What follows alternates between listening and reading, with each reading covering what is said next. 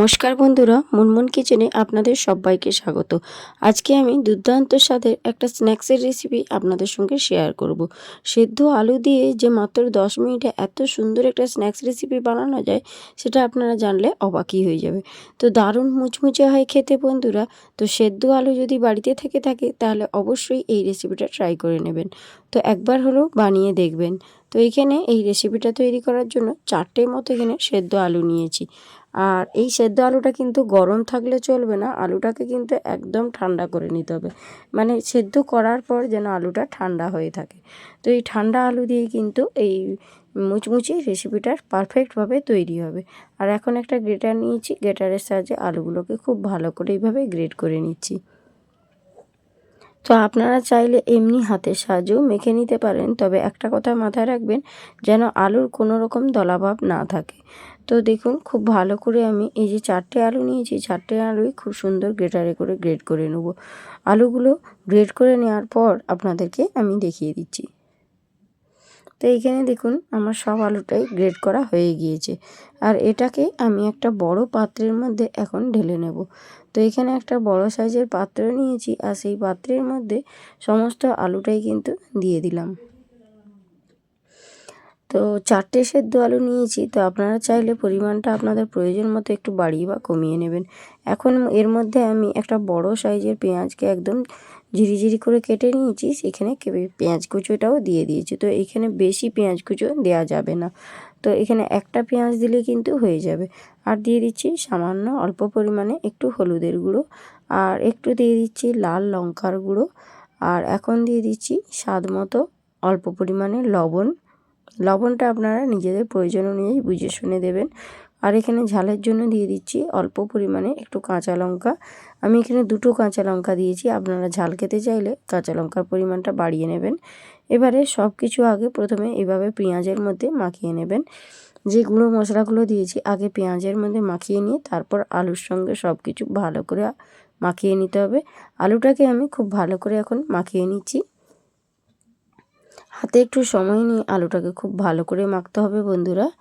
সব কিছু উপকরণ যেন আলুর মধ্যে পারফেক্টভাবে মিশে যায়, সেটার দিকে একটু লক্ষ্য রাখবেন। তো এখানে আমি আবারও একবার বলে দিচ্ছি, আলু সেদ্ধ করার পর আলুটা যেন ঠান্ডা হয়ে যায়, তারপরেই কিন্তু আলুটা নিতে হবে। এখানে আলুটা গরম থাকলে একদমই চলবে না। তা এখন দেখুন আলুটা সুন্দরভাবে মাখা হয়ে গিয়েছে। এবারে এর মধ্যে আমি এখন বাইন্ডিংয়ের মধ্যে দিয়ে দেব চালের গুঁড়ো 1 বাটি। 1 বাটি এখানে চালের গুঁড়ো দিয়েছি, আর আরও একটা বাটির আমি একটু কম, মানে 1 বাটি থেকে একটু কম নিয়েছি বেসন। আর সেই বেসনটাও এখানে দিয়ে দিচ্ছি। চামচের মাপ করলে এখানে 8 চামচ মতো চালের গুঁড়ো রয়েছে, আর 4 চামচ রয়েছে বেসন। তো এখানে আমি সব কিছু দিয়ে সবার শেষে একটু ধনেপাতা কুচো দিয়ে দিয়েছি। এবার সব কিছু উপকরণ খুব ভালো করে আগে আলুর মধ্যে এভাবে মাখিয়ে নিতে হবে। আর এই মাখানোর সময় কোনো রকম এখন জল দেবেন না। প্রথমে আগে শুকনো অবস্থাতে এগুলোকে সবগুলোকে ভালো করে আলুর মধ্যে মাখিয়ে নিতে হবে। এই কাজটা একটু ধৈর্য ধরে করবেন বন্ধুরা। আর এই যে মুচমুচে স্ন্যাক্স রেসিপিটা এতটাই খেতে সুন্দর হয়, একবার যদি বানিয়ে খান তাহলে কিন্তু বাজার থেকে আর চপ সিঙ্গাড়া খাওয়ার ইচ্ছেই হবে না। আর বাড়িতে থাকা উপকরণ দিয়ে যেহেতু সব কিছুই তৈরি, খেতে ভীষণ ভালো হয় বন্ধুরা। একবার হলেও ট্রাই করার অনুরোধ রইল। আপনারা তো অনেক রকম স্ন্যাক্সের রেসিপি খেয়েছেন, একবার সেদ্ধ আলু দিয়ে এরকম স্ন্যাক্সটা খেয়ে দেখবেন বন্ধুরা।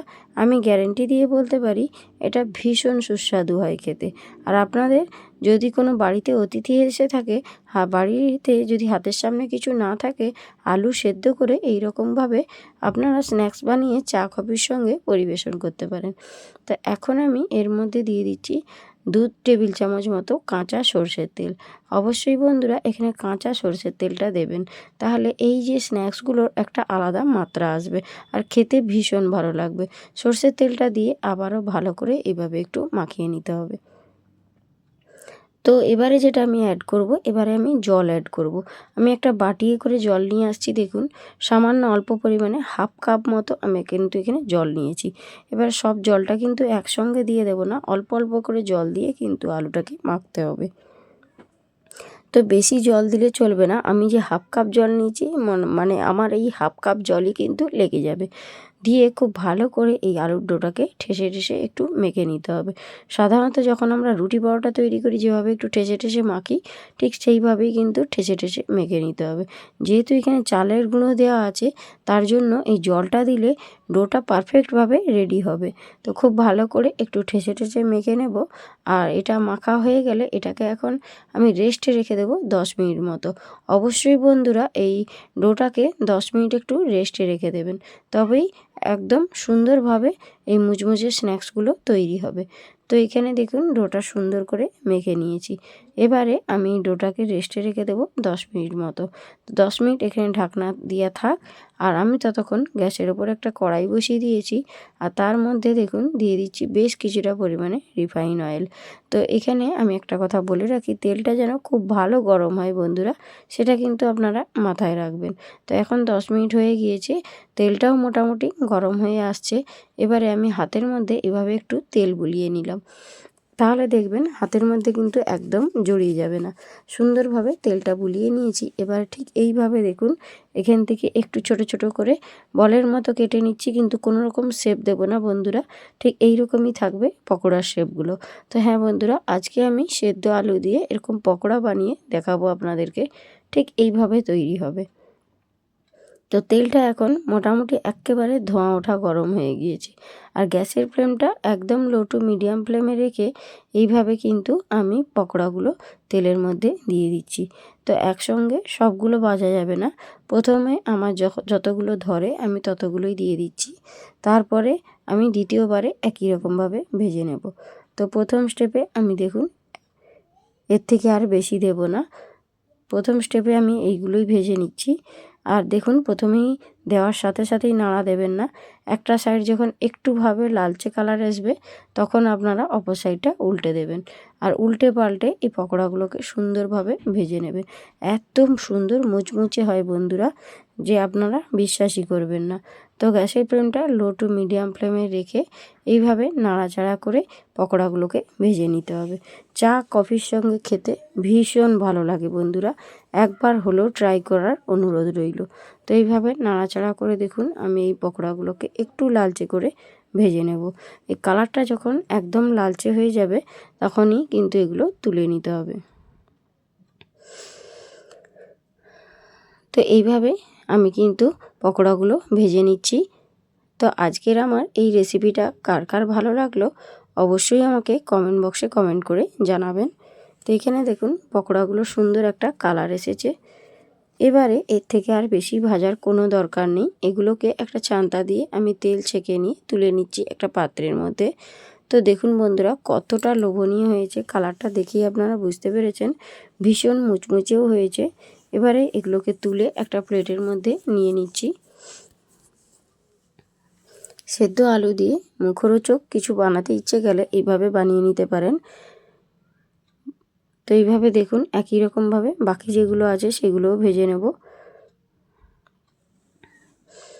তো আপনারা একবার হলেও ট্রাই করবেন, হঠাৎ যদি সন্ধেবেলায় গরম গরম মুখরোচক কিছু খেতে ইচ্ছে যায় তাহলে এই রেসিপিটা একবার হলেও ট্রাই করবেন, এটা আমার রিকোয়েস্ট। তো দেখুন বন্ধুরা এইভাবে কিন্তু বাকি যতগুলো আছে সবগুলোই দিয়ে দিয়েছি। আর গ্যাসের ফ্লেমটা এখন লো টু মিডিয়াম ফ্লেমেই রেখেছিলাম।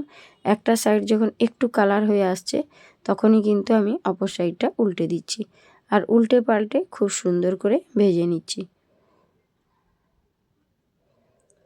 খেতে ভীষণ ভালো হয়। আমি এটা আগে বাড়িতে বানিয়েছিলাম, খেতে ভীষণ ভালো হয়েছিল। তাই আমি চাইলাম যে আপনাদের সঙ্গেও এই রেসিপিটা শেয়ার করি। তার জন্যই আজকে আমার এই সেদ্ধ আলু দিয়ে একদম ইউনিক স্টাইলের একটা পকোড়া রেসিপি আপনাদের কাছে শেয়ার করলাম। তো দেখুন এখানে কিন্তু এইগুলো সুন্দরভাবে লালচে রং ধরিয়ে ভেজে নিয়েছি, আর সম্পূর্ণ তেলটা ঝারিয়ে নিচ্ছি। তো এখন দেখুন তেলটা সম্পূর্ণ ঝরিয়ে গিয়েছে। এবারে এগুলোকে আমি একটা পাত্রের মধ্যে তুলে নিয়েছি।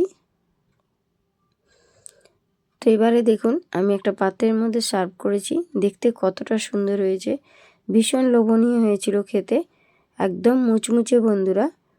একবার হলেও আপনারা বাড়িতে ট্রাই করে তারপর আমাকে জানাবেন, আমার কমেন্ট বক্সে এসে কমেন্ট করবেন। তো এখানে দেখুন সুন্দর একটা কালার এসে যাওয়া পর্যন্ত ভেজে নিয়েছিলাম বলে এর কালারটা কিন্তু ভীষণ সুন্দর হয়েছে। আর এগুলো দেখুন কতটা মুচমুচে হয়েছে। এক হাতের সাহায্যে কিন্তু একটু চাপ দিলেই ভেঙে যাচ্ছে। একটু সসের সঙ্গে আমি পরিবেশন করব। তো আজকের মতো আমি ভিডিওটা এখানেই শেষ করছি। তো আজ আসি, টাটা, বাই বাই।